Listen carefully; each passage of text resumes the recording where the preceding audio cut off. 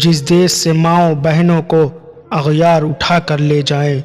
उस देश के हर एक हाकिम को सूली पे चढ़ाना वाजिब है।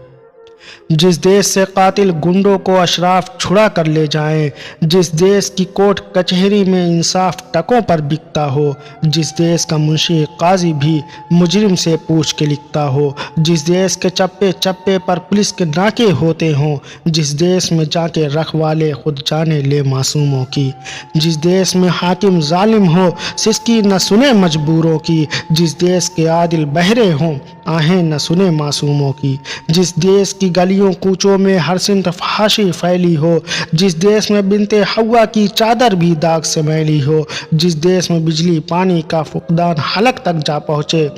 जिस देश के हर चौराहे पर दो चार भिखारी फिरते हों, जिस देश में दौलत शरफा से नाजायज़ काम कराती हो, जिस देश के ओहदेदारों से ओहदे न संभाले जाते हो, जिस देश के सादा लौह इंसा वादों पे ही टाले जाते हों, उस देश के हर एक लीडर पर सवाल उठाना वाजिब है। उस देश के हर एक हाकिम को